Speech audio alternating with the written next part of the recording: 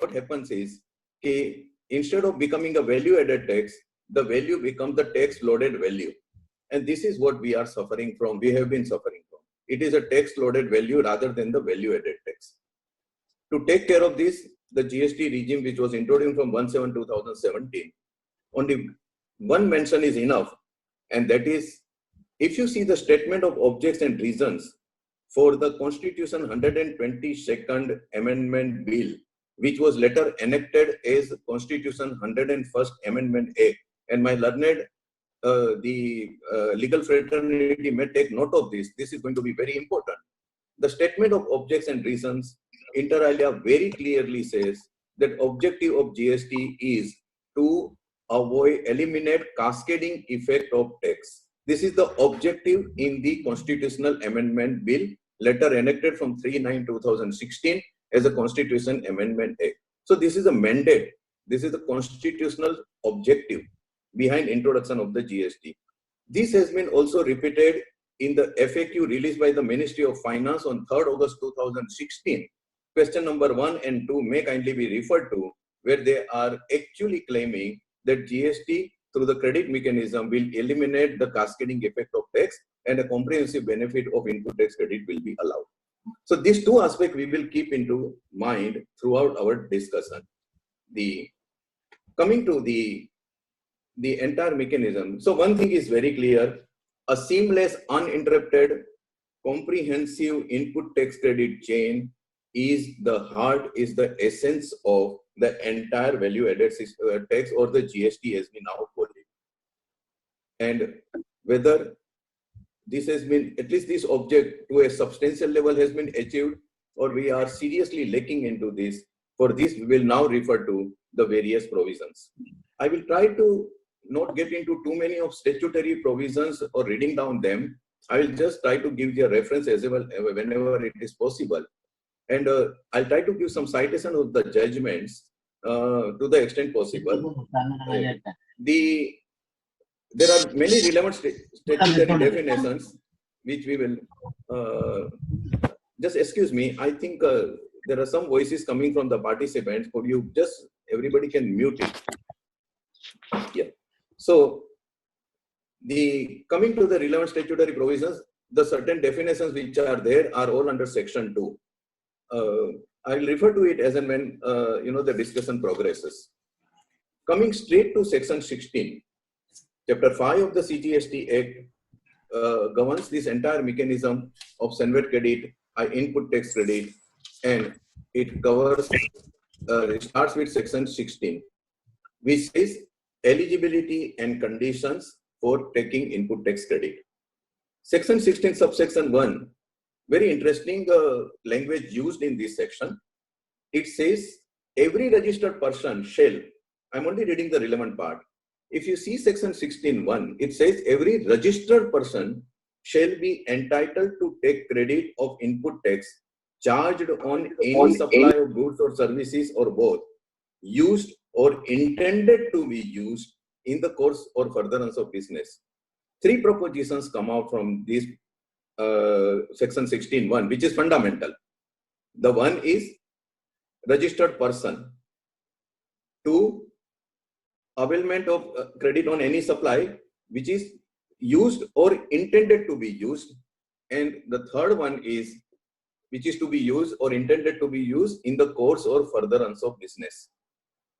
Now, and then further it goes down to say that this in the course or furtherance of business, and in the opening part it also says subject to such conditions and restrictions as may be prescribed. So please keep it in mind, this 4 proposition. Credit is available to every registered person. 2, on any supply of goods or services or both. 3, such supplies should be used or intended to be used for business. And 4, such right to credit can be circumscribed by any conditions or procedures as prescribed, for which the rules are prescribed. So the first question which arises is, if a person is not registered or gets himself belatedly registered, can he be entitled to the input tax credit or not? If you see, the provisions relating to registration are under section 22 onwards. Section 25 prescribes the procedure for registration. A person who has become liable to register himself has to apply for registration within 30 days. Please bear it in mind. If on 1st April, I become liable for registration, then within 30 days, I have to apply for registration. The procedure for grant of the registration is laid down in rule.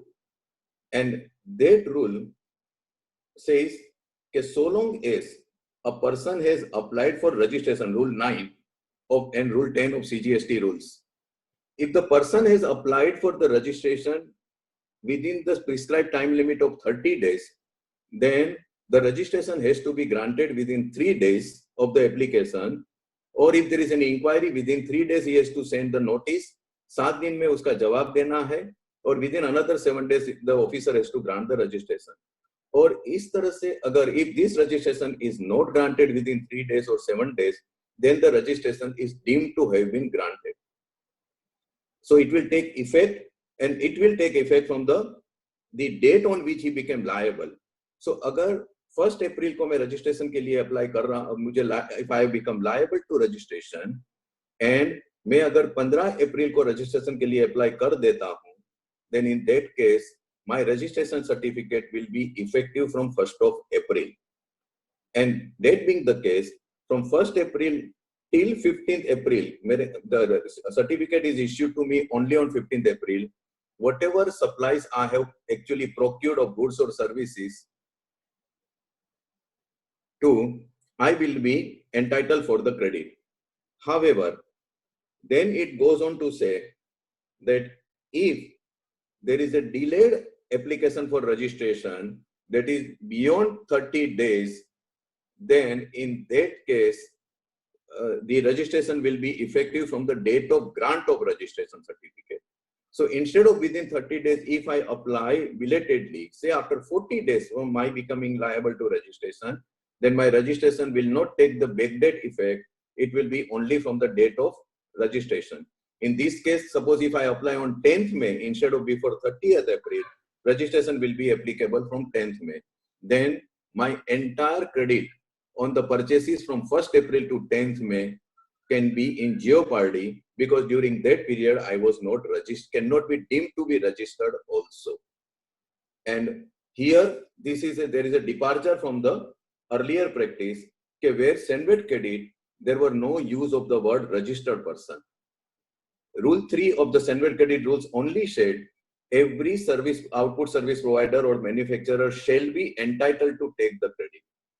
It never used the word every registered manufacturer shall be entitled to take the credit. So even for the past period, it was possible to claim the credit in certain circumstances. I'll give you only one instance. Suppose a person has not been paying the service GST by treating its activity as a exempt या non taxable. अगर कोई व्यक्ति अपने supply पे tax नहीं भर रहा है, ये समझ के कि वो एग्जम्प्टेड है या फिर नॉन टैक्सेबल है, उसके पर कर लागू नहीं होता है, तो वो अगर रजिस्ट्रेशन नहीं लेता है, बट आफ्टर डिपार्टमेंट ऑब्जेक्शन, अगर डिपार्टमेंट उसके बाद अगर वो रजिस्ट्रेशन ले लेता है और वो पिछले पीरियड की जो टैक्स उन्होंने नहीं भरा है, अगर वो टैक्स भी अगर वो भर देते हैं, because during that period he was not registered, he may not get the credit because of this 16(1) which says section 16(1). इस प्रकार की credit in earlier regime it was possible to take, but not in GST.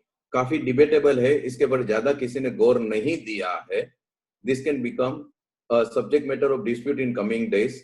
There is a Formica Division Supreme Court judgment which clearly says if the demand for the past period is raised, in that case, the benefit of credit or pro forma credit or Senvet also should be extended. The ratio applies. Whether this ratio, and there are hundreds of judgments of tribunal and high court on this line. However, whether the ratio will apply in the GST because of the very particular language, we will have to keep it in mind. Secondly, it says used or intended to be used. In other words, actual use need not be proved. If it is intended for my business activity, then it can remain with me, the credit can remain with me. I will only put two propositions without discussing too much on this. There is no one-to-one correlation between input and output. One. Two, credit is instant. The moment goods come into my, suppose the goods come into my premises, the goods can remain with me unutilized, but it can remain with me for years and years, but my credit I can utilize immediately. So long as the goods were originally intended to be used for my business activity. And third, the credit is indefeasible. Therefore, at the end of the financial year, whatever credit remains, at the end of the month also, whatever credit remains, it is always carried forward. It cannot be disturbed. It becomes my vested right. Please keep this. Daiichi Karkaria and Eicher Motor. Please keep it in mind. We will come back to that later on. And in the course of furtherance of business, therefore, that should be for the business purpose. So this is for 16.1. 16.1 also says it should be subject to conditions or procedure as may be prescribed. Come to 16.2. चार condition उसमें prescribe की गई है, चार शर्तें हैं. And mind you friends, section 16.2 starts with non-obstante clause. Notwithstanding anything contained, it starts with that clause. Notwithstanding anything contained in this section, entire section में ये overriding provision है subsection 2 का, और उसमें चार condition क्या है? The recipient buyer, taxpayer, should be in possession of the tax invoice.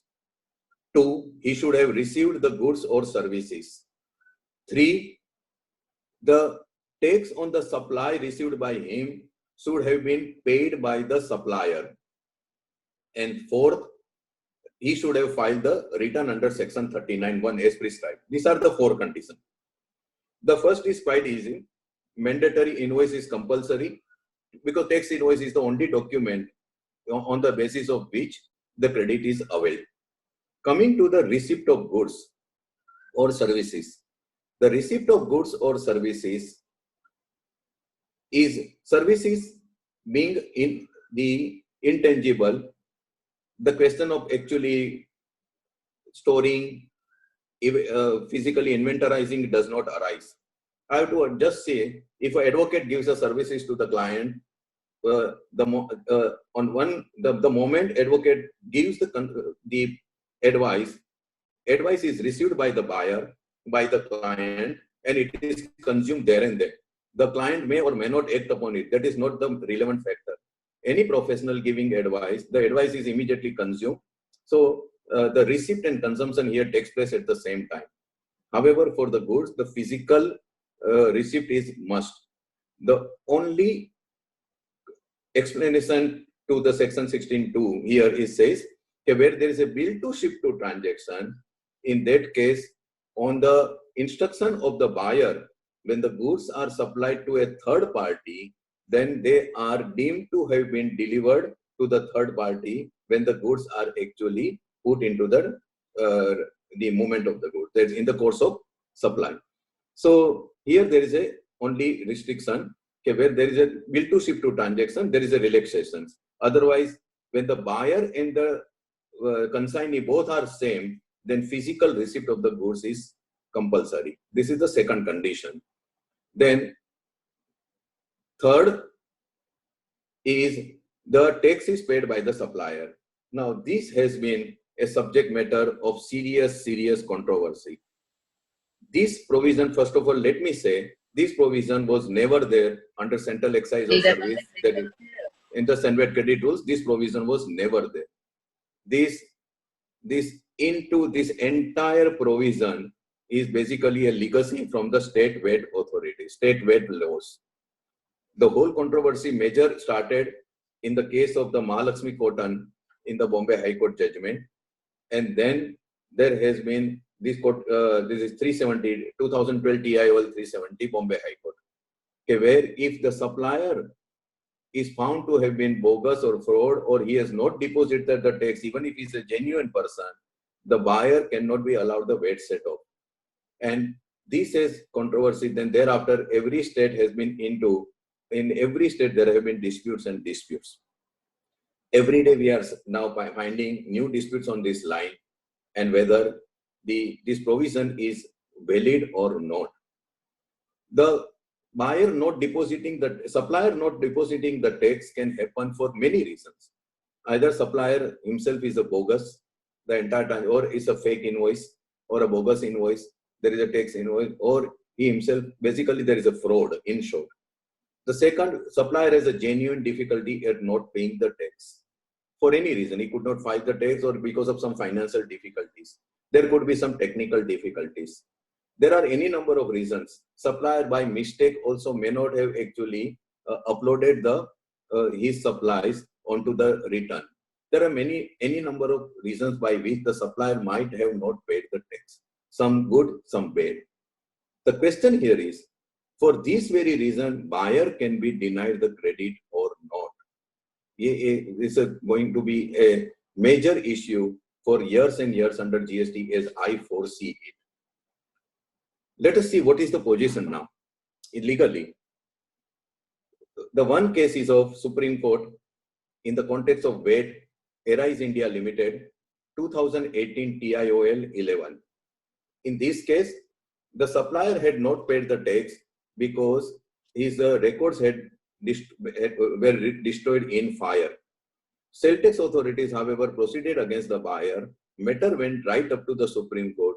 Supreme Court, High Court had ruled in favor of the buyer dealer.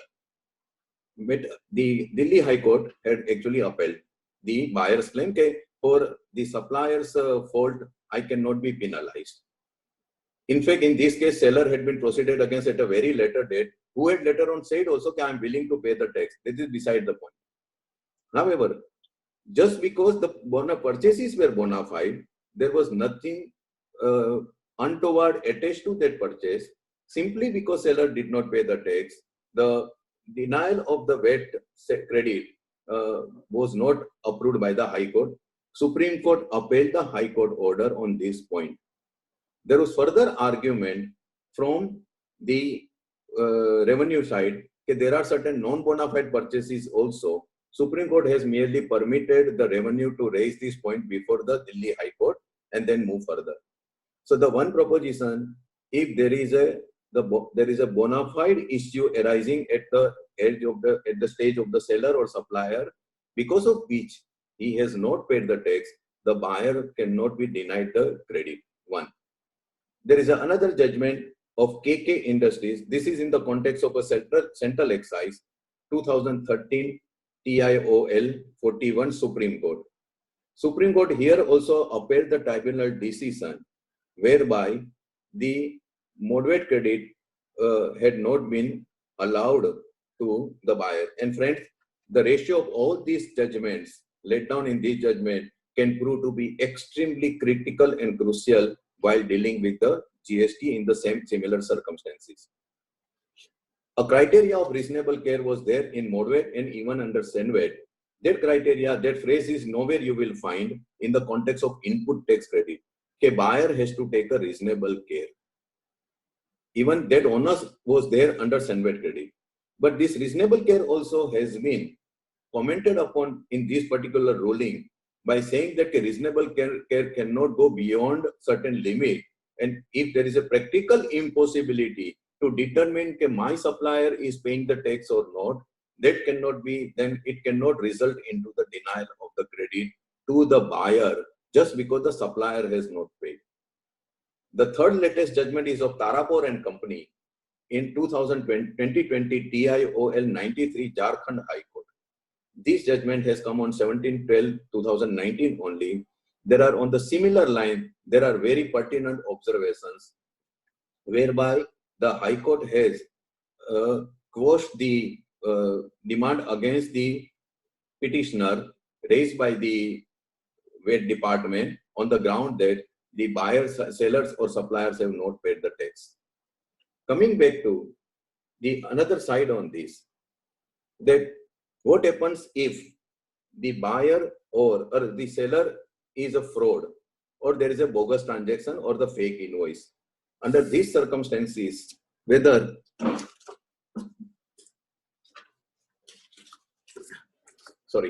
Under these circumstances, whether the buyer can be disallowed the credit. Friends, this issue has also been the subject matter of lot of dispute before in the international courts also. As you know, our GST or VAT structure philosophic, principally it follows the international philosophy guiding the VAT taxation regime, notably in the UK or UK European VAT also, UK VAT, then New Zealand, Australia, Canada, and these are the main countries, foreign jurisdictions whose VAT philosophy we follow. Particularly in the European VAT, where what we call is an input tax credit, which is actually described as the VAT deduction there. This also has been an issue. Crows are black everywhere. कौवे सब जगह काले होते हैं. So tax dispute, tax evasion is not only restricted to India. It is also common amongst all the countries. So the point here is that what happens if a supplier indulges into the fraud and actually pockets the entire tax amount, does not deposit with the government, and then he flies away, whether the buyer can be denied the benefit of ITC or VAT deduction. The European Court of Justice had done with this issue, and in this case, the court have been very equivocal, the European Court of Justice, into this, where they have very clearly said, unless the involvement or the complicity of the buyer is proved, the buyer cannot be denied the benefit of the VAT deduction, or as we understand as an input tax credit. I will repeat. Unless the involvement or the complicity of the buyer is proved in the fraud being committed by the seller or supplier, the buyer cannot be denied the credit. There are two sets of judgments onto this.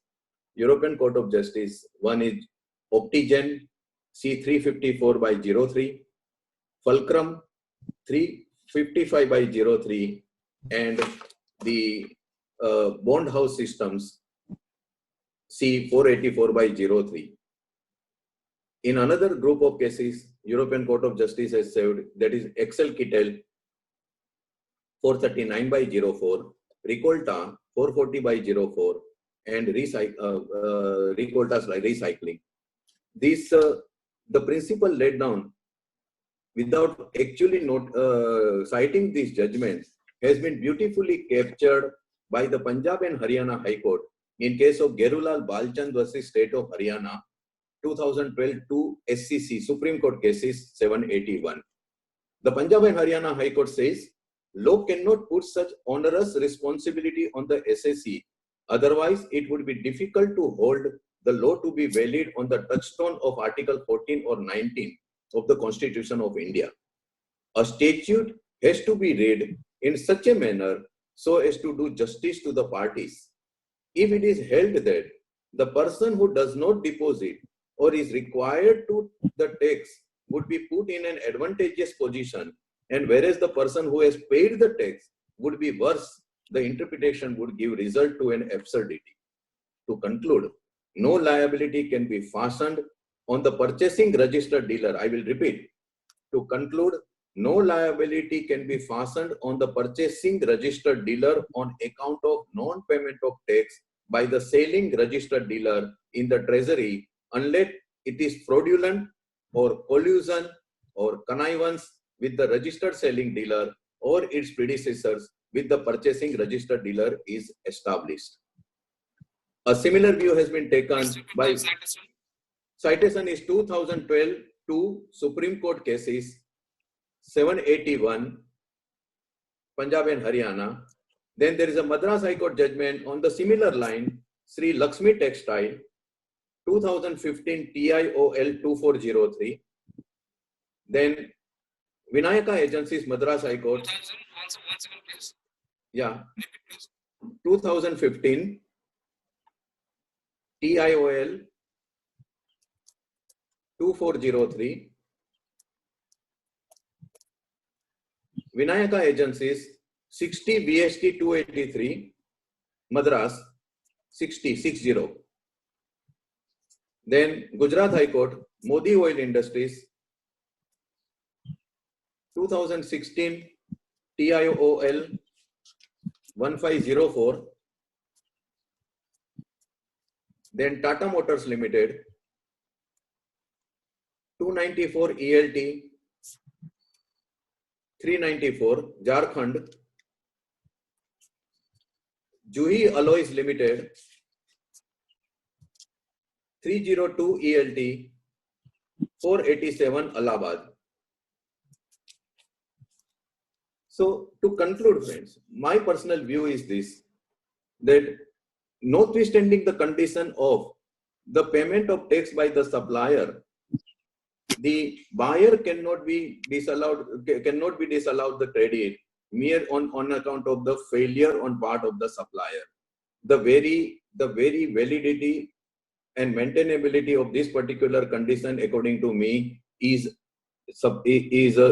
open to serious challenge before the High Court. Already a couple of writs, I think, have been filed, but particularly in those cases, which does not involve fraud or the involvement of the buyer into the fraud committed by supplier, the ratio of all these principles laid down in all these judgments should apply, and merely the condition of 16(2) subsection C cannot come into play. This is, I am very clear in my view on this.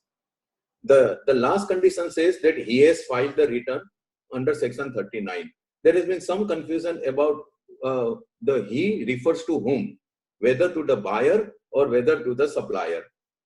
If you read the entire section very carefully, the he used here refers to only the recipient and not to the supplier.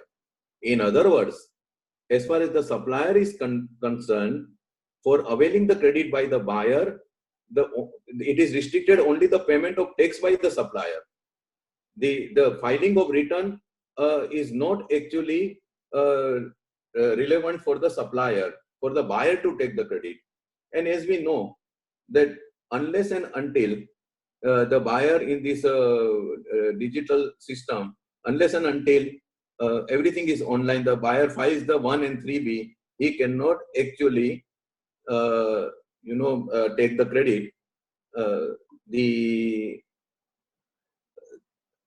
There is another judgment by Calcutta High Court in India still on the similar lines of European Code. Yeah. So that can also be taken note of by Calcutta High Court, and very learned judge Mr. Sanjeev Banerjee has penned this judgment. So as far as there's a failure on part of the supplier to take the credit. So the question here is, the he here refers to if the recipient fails to file the return, then his claim can be in the jeopardy. As far as supplier is concerned, it is only the payment of tax. Friend, here I will just take a slight digression. As you must have noticed, every day, hardly a day goes when there is a new fraud committed on the GST is not coming to the light. It is alarming, to say the least. In a span of less than 3 years, thousands and thousands of crores of frauds have come to the surface. How many are under investigation? How many frauds have not come to the light is anybody's guess. GST, by its very nature, operating through the credit mechanism and based on the invoice, by very nature is a very fraud-prone tax. Particularly when the only sole document on the basis of which the credit is available under GST is invoice. And you know, friends, invoice itself is sold like a commodity in this country. It's the biggest selling commodity in this country. So, and most of the frauds are revolving around the bogus or fake invoice. The question, this is an alarming thing. As I said, there are about more than 12 to 13 type of different frauds which are being attributed to GST or the VAT regime across the world. I need not go into that. It's a very fraud-prone tax. That being the case, such frauds which are occurring, but the quantum and the frequency is quite alarming. As a professional, my personal appeal and suggestion, my personal appeal to all who are actually listening to this webinar today, who are participating, will be, please if as a taxpayer do not become victim of such fraud, but as a taxpayer do not become in any manner directly or indirectly party to this fraud. आप इसको उत्तेजन भी मत दो, आप उनके शिकार भी मत होइए. This is becoming very serious. And what will happen is that the tax evaders will always be able to either carry on their business one way or another, or they will be able to actually, escape from the net of the taxation department. Ultimately, the burden will come on the genuine taxpayers. And this we have been witnessing in indirect tax, direct tax in this country for decades and decades. The mismatch and matching of the invoice requirement, the restriction on the credit taken up to 10%, I'll come to that also. All these are actually in a way absurd proposition. This should not have found a place in this law at all. But this is the outcome of the frauds which are being witnessed. And the government, as usual, has been reacting. The revenue department has been reacting by way of a knee-jerk reaction to this.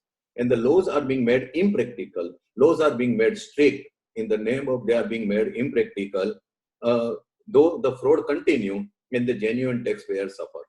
There is another angle also. This has now become an international issue because the money which is generated, the illegally gotten wealth which is generated out of the fraud committed under VAT particularly is actually now getting into on a big scale world over into terrorism, terror funding, into drug trafficking, and into money laundering.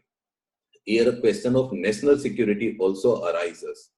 So friends, my earnest appeal is that if there is an outright fraud which is visible, I would be personally not willing to take up that type of matter and defend that party irrespective of the professional fees or whatever. And if somebody else defends, I am not concerned with that. As a taxpayer, as a businessman, I would swear that I would be alert enough not to become victim, and I would also be alert and I would also be conscious enough not to become a party to that.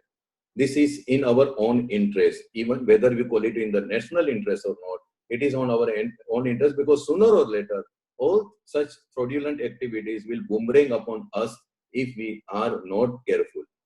I'm sorry, but these are my thoughts. Coming to the section 16, 4, the due date of furnishing return. The credit is restricted, unlike the previous regime, where there was no time limit for taking the credit, at least under central excise on the goods. There is a time limit provided for taking the credit under GST. And that time limit under section 16.4 is the filing of the return under section 13.9 for the month of September of the next financial year, or furnishing of the relevant annual return for the relevant financial year, whichever is earlier. To put it very simply, by way of an example, if a return for the FY 18-19, let us take a live case. For FY 18-19, if any invoice which is issued and received by a taxpayer against the supply purchased by procured by him, the time limit as per this law should be 20 October 2019. I'm talking about FY 18-19. So till 31st March 19, from 1/4/18 to 31st March 19, whichever invoice is issued, the time limit for taking the credit on that invoice will expire either of the earliest of these two dates. One, date of filing of the return for September 19, which would be 20 October 2019, 3B return, or annual return, whichever is earlier. As you know, annual return, the date has been now extended up to 30 September 2020 last week. It has already been extended. But 20 October 2019 has already passed out. The question then that arises is whether for 17-18, for that matter, for which the time limit expired on 31st March 2019, for 17-18, or for that matter 18-19, can I now take the credit or not? Or my time limit has expired? This is again another controversial provision and a burning issue. And the background of this lies in the case of whether 3B is in lieu of GSTR 3 or not. GSTR 3, which is for the outward supply return, to be filed in the under section 39(1), if you will find GSTR 3. However, the 2 has already been suspended, 3 has also been suspended. That being the case, the question 3 is a consolidated return, I beg your pardon. Now 2 and 3 are now, from the initial months only, because of the impracticality, they have been put under suspension. Instead of that, we are now filing only 1 and 3B. The question, if we see the carefully, sections 39, read with rule 61(5), we will find the one question that arises is whether 3B is in lieu of 3 or whether 3B is a stopgap arrangement. To put it other way around, can the 3B be considered as a return for the purpose of section 39 or not? If the answer to this is yes, then the time limit as prescribed for 17, 18, 18, 19 would have expired, and that will continue to be hold good. If the answer to this can be no, negative, then there is a case to argue that even now also I can take the credit which has escaped my attention, and even though the invoice may pertain to 17, 18, 18, 19. Instead, as you are aware, in AAP and Company, the Gujarat High Court had actually held that 3B is not a return in lieu of 3. High Court went into the entire history of this legal provision. I'm not going into the detail. I'm sure all of you must be aware of that. High Court went into the detail right from 2017 when the first the rules were actually prescribed. How 61(5) read, how 39 read, board clarification, amendment to Rule 61(5). The first amendment made on 30th July, that was also retrospectively from 1st July. Within the 1 month only the amendment had been made. And how earlier 3B was sought to be in lieu of, that has been actually omitted. So the original intention was never to consider 3B as a in lieu of 3. And this was duly taken note of by the Gujarat High Court in AAP and Company's case. And they said that this time limit which has been prescribed and the board circular of 2018 restricting the credit time limit for availing the credit to a particular date is actually ultra-virus, and they posed the circular. I think the matter is pending in the Supreme Court. Appeal has been admitted.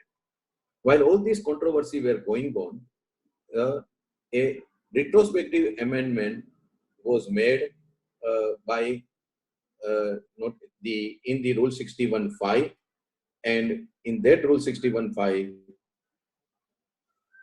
very carefully, it is now being proposed. The sum and substance of that amendment is that 49/2019 notification, 9th October 2019, 49/2019 central tax. The sum and substance of that without actually saying so, the 3B is now being projected as a return in lieu of 3. The word in lieu of is nowhere written. It only says where if you see where the 2 or 3 is not to be filed for any reason, Commissioner may by notification prescribe 3B. And when 3B is prescribed, one need not file 3. This is the sum and substance. I'm not going into the actual language. That being the case, this is retrospective from 1/7/2017. The question that arises, therefore, whether this retrospective amendment made to Rule 61(5) so as to project or hold the 3B as a return in lieu of 3 is valid. Can it affect my right in a way, in a retroactive manner? Whether there is the basis for which, whether there has been a sound basis for resorting to this retrospective amendment. And mind you, this retrospective amendment has come as late as in October 2019. And the legislative intent was already reflected in the first month itself, when in the initial period only, when they said that 3B is not supposed to be in lieu of 3. In my personal view, there is a serious challenge which can lie. There are many grounds on this, but there is a serious challenge which can lie against this retrospective amendment, whereby the 3B is sought to be mentioned as a 3B is sought to be declared as a written in lieu of 3. The moment we accept the validity of this retrospective amendment, then I am afraid 17-18, the invoice validity is already over on 31st March 19. 18-19, invoice validity is already over on 20 October 2019. I'm sorry. But if the validity is questionable according to me, and we will see some fireworks in the coming days on this particular retrospective amendment. The coming to now, section 17,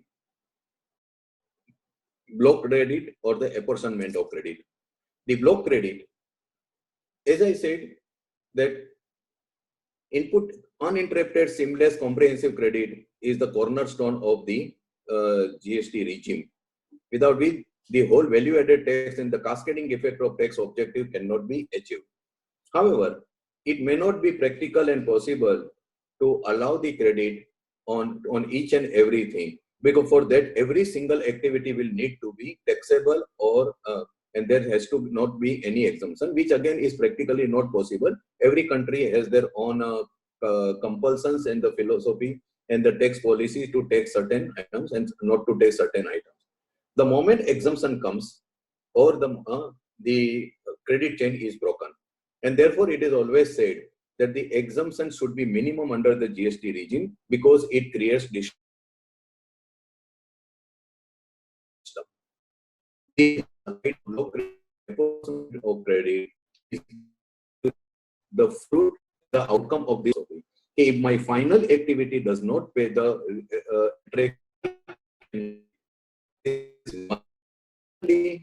due to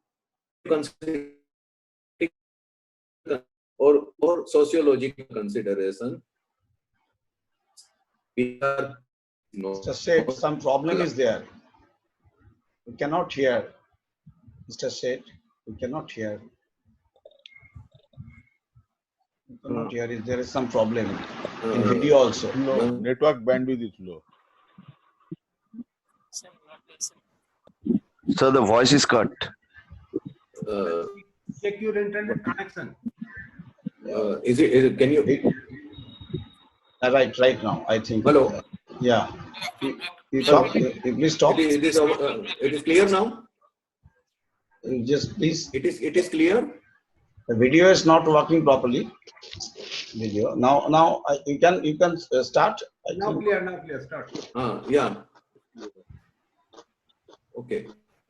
Is it clear now? Yes, sir. Now it's fine. Hello. Okay. So if you see section 17(1), it says that if a particular supply is used partly for business and partly for other purposes, then credit will have to be restricted to that supply which is attributable to the business purpose. As you must have seen, section 16(1) allows the credit only if the particular supply is used or intended to be used for the furtherance or in the course of business. But if there are for other purposes also simultaneously a common supply is used, then in that case credit will not be available. The term other purposes has not been explained or defined in section anywhere and cannot be defined also. I would put it that other purposes has to be seen in the juxtaposition with the business. So if it is a non-business purpose for which a common supply is used, mainly for the personal consumption of the partners or the directors or the families or the friends, if any particular supply is used, in that case, the apportionment will be required to be made of any common supply of goods or services on which the taxpayer is availing the credit. Or if a supply is not a business supply, is not coming within the purview of the tax at all, though it is some transaction or activity, in that case also, if anything is used, the section 16(1) will come into play. Coming to section 17(2), it says apportionment has to be made if there is a common supply which is used for taxable supply and for the exempt supply. You must have seen, we must be aware that the similar proposition was there under Rule 6 of the Sanway Credit Rules, which also made the same proposition. And this is the fund. This is nothing. This is not an Indian innovation. These type of restrictions are already there across the world, almost in every VAT jurisdiction, because the cascading effect of tax may not be live, or so the philosophy goes. If my final activity does not be of tax, the question of allowing me the credit on the input does not arise. This is the philosophy. Nothing principally wrong with that. And therefore, section 16.2 says, if there is an exempt supply as well as there is a taxable supply, in both there is a common supply used by the taxpayer, he has to be restricted to the credit only on the taxable supply. He cannot take the credit on the exempt supply. For which, in both these cases, the proportion computation is to be done as per Rule 42. Similar proposition is there under capital goods also. Fundamentally, this is not different from the earlier Sanway Credit Rules. However, we now come to section 17.3. There is one important point here. Exempt supply, taxable supply will include the zero-rated supply.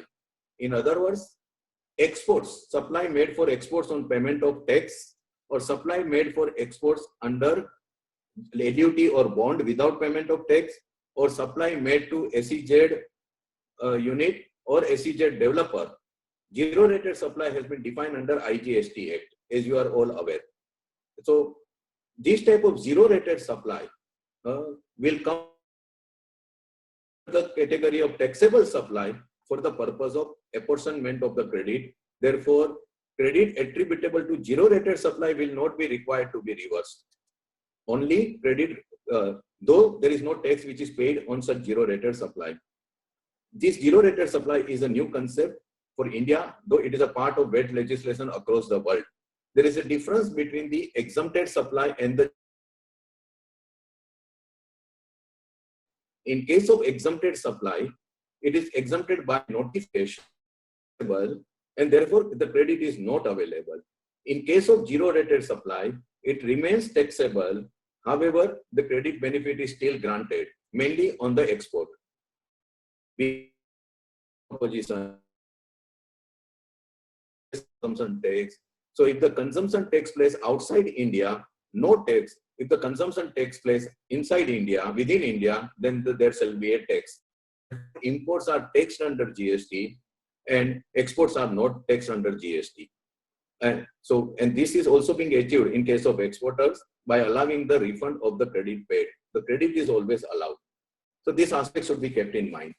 Coming to section 17.3, it says that for the purpose of value of exempt supply, the exempt supply will include nil-rated supply.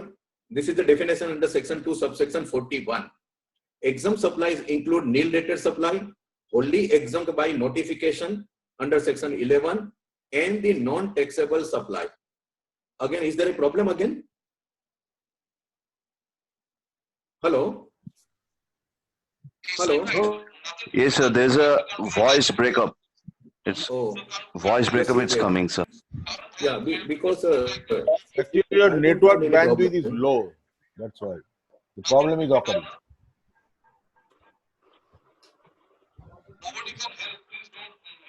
Shall I go ahead?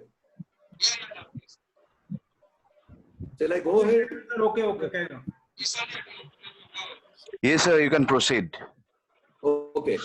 At least we can understand. If a person is engaged in the full exempt supply, he is not entitled to credit at all, unless the supply is meant entirely 100% for exports. This aspect should be kept in mind. If I am actually in the 100% export supply of goods or services, I don't have any domestic supply, and if I pay the tax, I am still entitled for the credit. There is a recent judgment on this. This does not require any judgment. but there is a Transcorp judgment recently came. Maybe at the end of the session, I'll try to give the citation. Okay. Now, section 17.3 says exempt supply vis-a-vis and it includes non-taxable supply. So what is exempt supply? Which is exempted under a notification section 11 by notification which is nil rated. There are certain supply where the tariff rate itself is nil, particularly for the goods, or non-taxable supply. Non-taxable supply is defined under section 2, subsection 78. And it says non-taxable supply means a supply on which tax is not leviable under the CGST Act or IGST Act. This aspect should be kept in mind. So any non-taxable supply is also covered within the scope of the taxable supply. Now 17.3 says, okay, for the determination of value of exempt supply for the purpose of proportionate reversal of the credit, the supplies covered by reverse charge mechanism, transaction in securities, sale of land and sale of buildings shall be covered. The 4, except sale of building under construction, where the taxpayer will be, the real estate player will be paying the tax under the, up to the completion certificate. But it says that where the recipient is liable to pay the tax in the hands of the supplier, the value of it should be treated as a part of the exempt supply. This is basically highly debatable because the effect of this will be if the supplier is supplying a making a supply on which the recipient is making the payment as under reverse charge mechanism, tax is paid on it. But for that type of supply, which is under reverse charge, the supplier will not get the credit. So if a person is entirely engaged into the reverse charge mechanism for a supply which is under reverse charge mechanism, fine, he may not be given the credit. But if he is a combination of taxable supply plus a such supply which is under reverse charge, the proportionate credit reversal problem will come into play. This is despite the fact that the recipient is paying the tax under reverse charge. Coming to the sale of land and the transactions in securities and sale of building.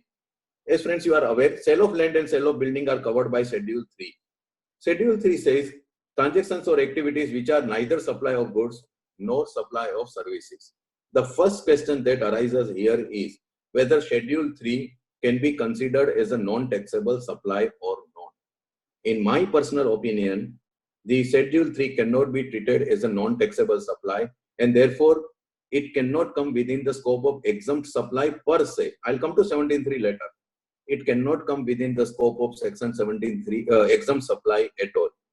If Schedule 3 supply were already coming within the scope of non-taxable supply and therefore exempt supply, then there was no need for the legislature to specifically mention under section 17.3 that sale of land and sale of building will be covered within the scope of the exempt supply for apportionment of the credit.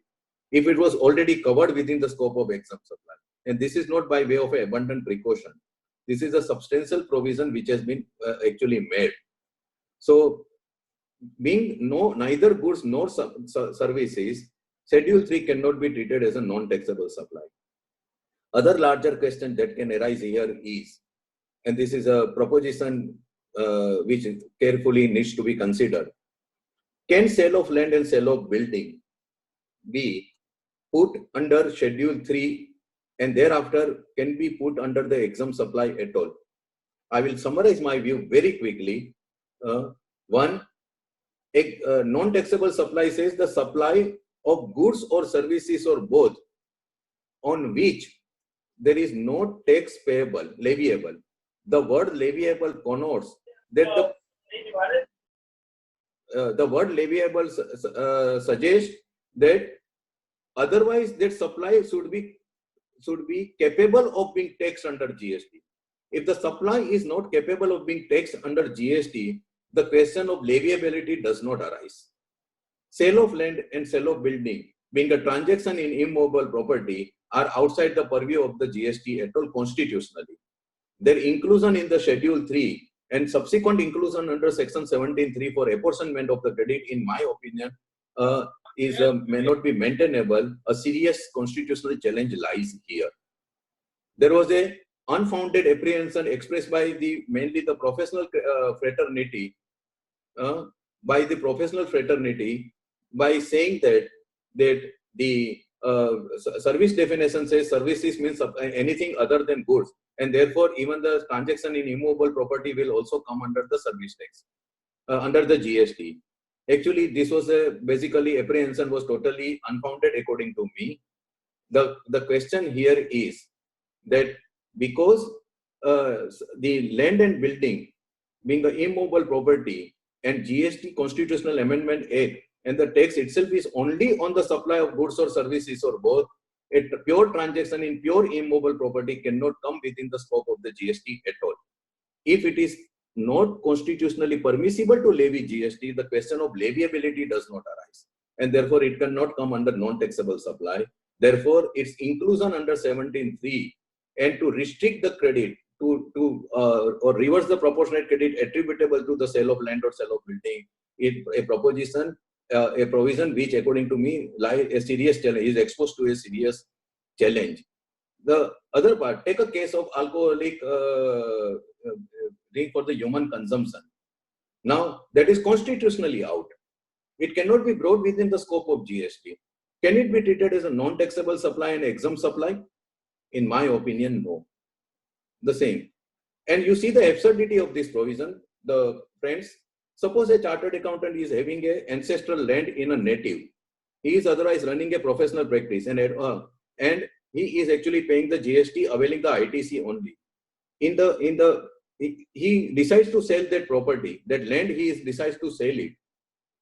He sells it, say, in the month of November 2020. In the current year, he sells it. He is already paying the tax, availing the ITC. In November, on 15th November 2020, he sells the land and executes the documents. As per the law, it will become an exempt supply on 15th November 2020.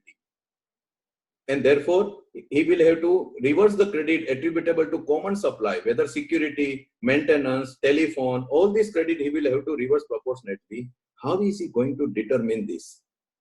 And whether this restriction on the proportionate reversal will be from 1st April 2020 to 14 November 20, or after 15 November permanently, or only on 15 November, I doubt whether any mechanism is available for that. That in the mechanism fails, then also the levy fails. We have B.C. Srinivasa Shetty. So the question here is that by bringing something which is constitutionally cannot be subjected to tax, it cannot be considered as a non-taxable supply, and therefore maybe something in future will come. And mind you, securities are also outside the purview of goods or services, both the definition. But security has not been put under the Schedule 3. Coming to the other part, there is an explanation appended that except sale of land, sale of building, no other activity mentioned in Schedule 3 will qualify for the exempt supply. This explanation has been inserted on 1/2/2019. In my opinion, I'm not referring to the Advanced Authority ruling and all. In my opinion, this explanation is also retrospective in nature, and this is by way of abundant precaution. The three activities which have been added from 1/2/2019 in Schedule 3 are the sale of the warehouse goods from the bonded warehouse to DTA. Second is the high seas sale, and the third is the foreign country to foreign country sale of the goods, where the goods do not enter the country at all. In all these three aspects, apart from the High Court challenges, there are Advanced Authority rulings, and there are, in all these three cases, the levy was not attracted at all. How can there be a levy in case of a supply of goods by an India-based buyer, supplier, where he procures the goods from Germany and have it directly delivered to America, US? How can there be a levy at all of GST in India when the goods do not enter the custom frontier also? So I think something has drastically gone wrong. No doubt, fortunately, Advanced Authority ruling have been positive on this as a departure from the routine practice. So this is by way of an explanation. Coming to the section 17, I'll come straight to 5. I'll just 5 list down the restrictions and the prohibitions on availing the credit on certain types of goods or services. And the 5 starts with notwithstanding anything. Again, it's a non-obstante clause. it says credit ITC shall not be available in respect of the following, namely, there is a list. I will just touch upon the main point, and that is motor vehicle not allowed the credit if having a sitting capacity, approved sitting capacity of less than 13%, including driver. And such motor vehicle and related service of general insurance, servicing and repair maintenance also is credit is not allowed. However, it means that these are the all amendments from 1 to 2019. Please keep it in mind, 17.5 has been completely revamped and substituted from 1 to 2019 onwards by CGST Amendment Act of 2018. Effective from 1 to 2019, this particular amendment. It means that if the approved sitting capacity is of more than 13%, including driver, then the credit shall be admissible. So if a company is using the bus for the purpose of movement of its employees with an approved sitting capacity of more than 13%, including driver, then the credit is available. General insurance, servicing and repair maintenance relating to such vehicle also will be credit will be available. However, as far as the below 13 passengers capacity is concerned, again there is an exception, and credit will still be available even in such low capacity motor vehicles also, if it is used for the supply of other motor vehicles, if it is used for the transportation of passengers, or if it is used for the imparting training or driving such motor vehicles. Then even if it is below 13 numbers passengers capacity, credit will be available. Coming to the general insurance, servicing, repair and maintenance, as I said, if it is eligible, credit will be available. If it is not eligible, motor vehicle credit will not be available, except in two cases. If the taxable person is using such motor vehicle which is ineligible, he is a manufacturer of such vehicle, so general insurance availed by him, he can avail the credit. Or if he is in the supply of a general insurance business service and in respect of such vehicle. This vehicle here is vessel and aircraft, but I am not going into that. Coming to the clause B. Clause B is more or less, if you compare it with the earlier service tax annual credit rule, you will find the similar type of exclusions, which are the items: food and beverages, outdoor catering, beauty treatment, health services, cosmetic, plastic surgery. These are all the services which are basically for the personal use or personal consumption. So they have been kept outside the purview of the GST in principle, and therefore no ITC, outside the purview of ITC. However, the proviso says that if there is a person is engaged into the same supply, inward supply and outward supply both are the same, then credit will be available. Or where such excluded goods or services are supplied as a part of the mixed supply or composite supply, then also the credit will be available. I'll give you two examples to make it clear. If there is a banquet hall which is hired by TAG to carry out a seminar or function, as a part of the complete seminar, banquet hall hiring, food and beverages are also supplied to the members, participants during that entire day seminar. Then on that food and beverages, if the tab is taxpayer, suppose a businessman, in that case, the credit will be available, because the food and beverages are not independently supplied. Food and beverages are supplied as a part of the composite supply. Similarly, if an outdoor caterer engages another outdoor caterer to take care of a particular function, then in our simple language, it is a subcontracting, then the main contractor will get the credit. This is the sum and substance of the proviso. Thereafter, the exclusion says membership of a club, health and fitness center, travel benefit extended to the employees, or home travel consumption, or the concession, leave or concession. Then there is a proviso which says that if it is statutorily mandated to provide a particular goods or services, then the credit will be admissible. This proviso has been put at the end of the entire the A to B. It should have been put earlier, because at the first glance, it appears that the proviso applies only to the two previous clause, that is membership of a health club or a fitness center and the leave travel concession. But if you carefully see, these 2 and 3 regarding the membership of a club, these two clauses are only talking about services. There is no mention of the goods. But statutorily mandated supply also speaks about the goods also. It means it will also take into account the previous one of the food and beverages, that is canteen. So if the canteen is required to be provided by the taxpayer as per the Factory Act, because the number of labor are more than 250, then the credit is available to him as per this. If the insurance facility is required to be provided, as per the law, credit should be available. It is not for the personal consumption. There is a Chennai Port Trust AAR judgment where they have said that the credit is not admissible in case, though the regulation of port trust, major port trust require the hospital to be set up for the employees. These are all debatable issues. In my personal view, the group accident policy, other policies, individual policies for the employees, canteen, related such, any such benefits which the statute requires, particular law requires the taxpayer to provide, without which it cannot carry on its business activity, then will not be able to carry on the business activity, which are also treated as a business expenditure, maybe for the purpose of the income tax. That is another aspect which can be looked into.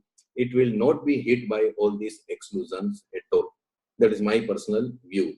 Even a garden and maintenance in Kirloskar oil case, in the earlier regime, Pollution Control Board required a particular area, 33% of the entire area, to be maintained as a garden, as a greenery. And maintenance of that garden was held to be admissible for the purpose of Senvet credit. In my opinion, the similar ratio will apply even under GST, though there are a couple of advance of the ruling which have said no.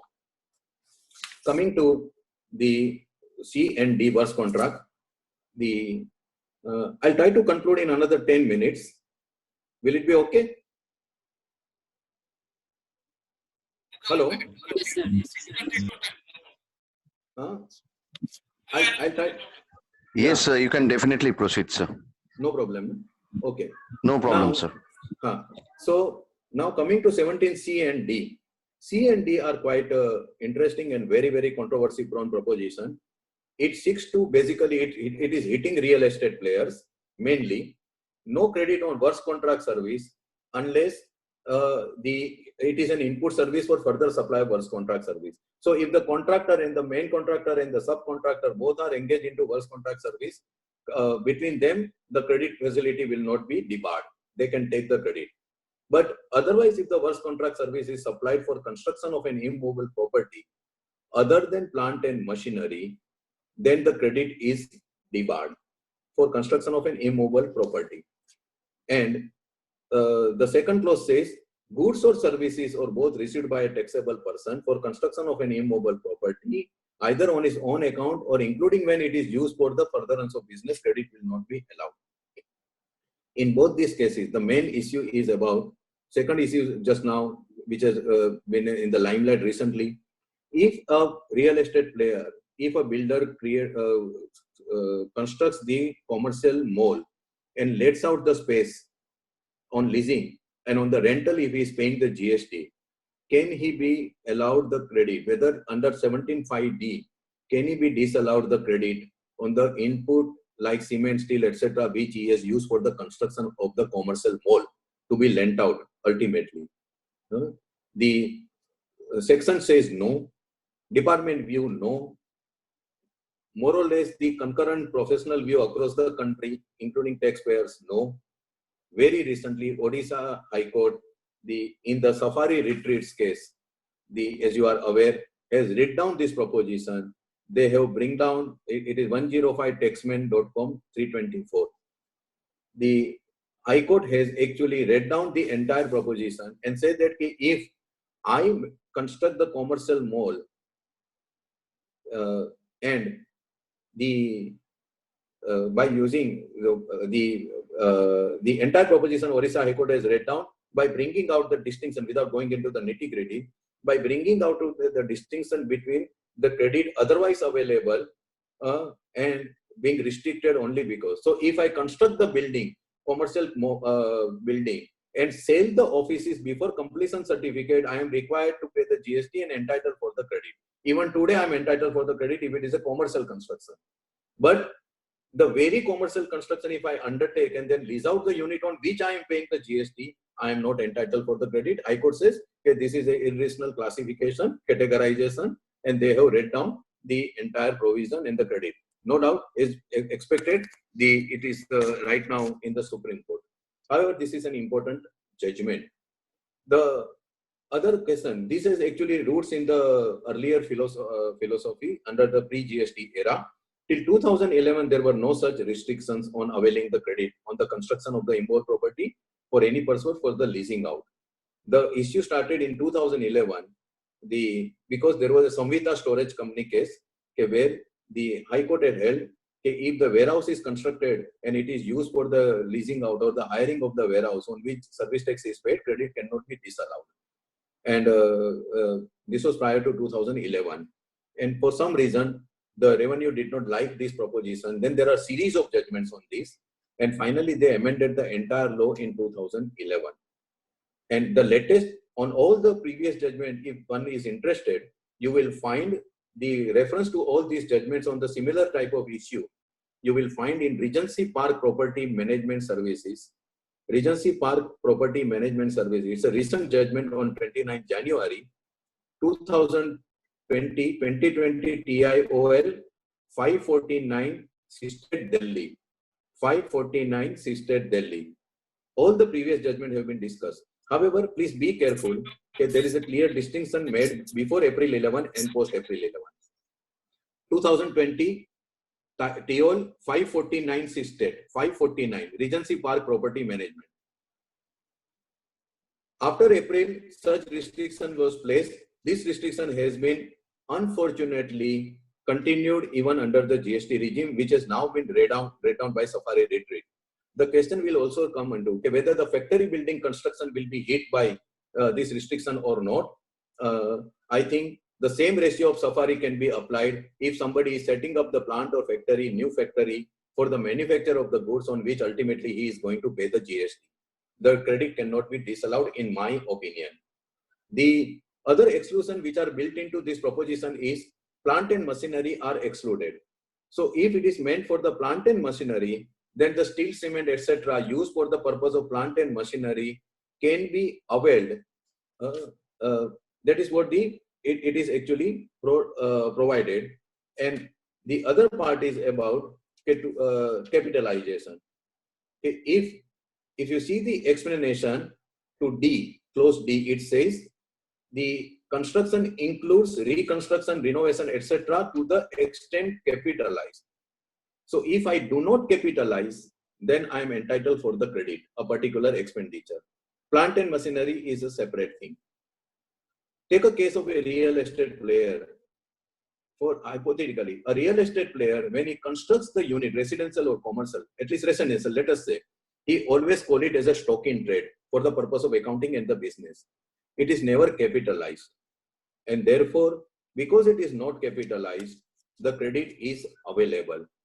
Since the credit is available, that's why till 1/4/2019, real estate player builders were availing the credit on the construction of residential property as well as on the construction of the commercial property. After 1/4/2019, a prohibition restriction is placed on the availment of ITC by the builder by 3/2019, amending 11/2017. In my 2-3 question, I will just pose it and answer it. One, the 1% and 5% prescribed for the affordable housing and other than affordable housing, subject to non-availment of the ITC, is by way of a concessional rate or exemption. However, this cannot be mandatory because it is a conditional exemption. A builder is entitled to forego that exemption and pay the GST at the full applicable rate on the residential construction, as was before the case of 1/4/2019. Even now, that option is always available to him, and he can take the full ITC also. He can pay the tax under works contract because ultimately construction is a works contract activity. He can pay the tax under works contract and take the full credit of everything. This is one. And nothing will come into the way as far as 17(5)(d) is concerned, C is concerned, because construction to the extent capitalized is only excluded. Here, builder never capitalizes the constructed units. It is a stock in trade for him. And that's why otherwise the credit was available. So therefore, this optional section 11 has a last subsection which says that if there is a unconditional total exemption, then that cannot be foregone. This is again a legacy from the past. We had this provision in excise under section 5A. Service tax never had this provision. Unconditional total exemption cannot be foregone. The 3/2019 prescribing the 1% or 5%, total exemption or partial exemption, I beg your pardon, but unconditional. 3/2019 is subject to so many conditions, it cannot be considered as a mandatory, it is optional. So this takes care of the 17.5. Coming to the other personal goods lost, stolen, destroyed, written off or disposed of by way of a gift or free sample. Here again, there are a lot of controversy. The one is byproduct, the lost.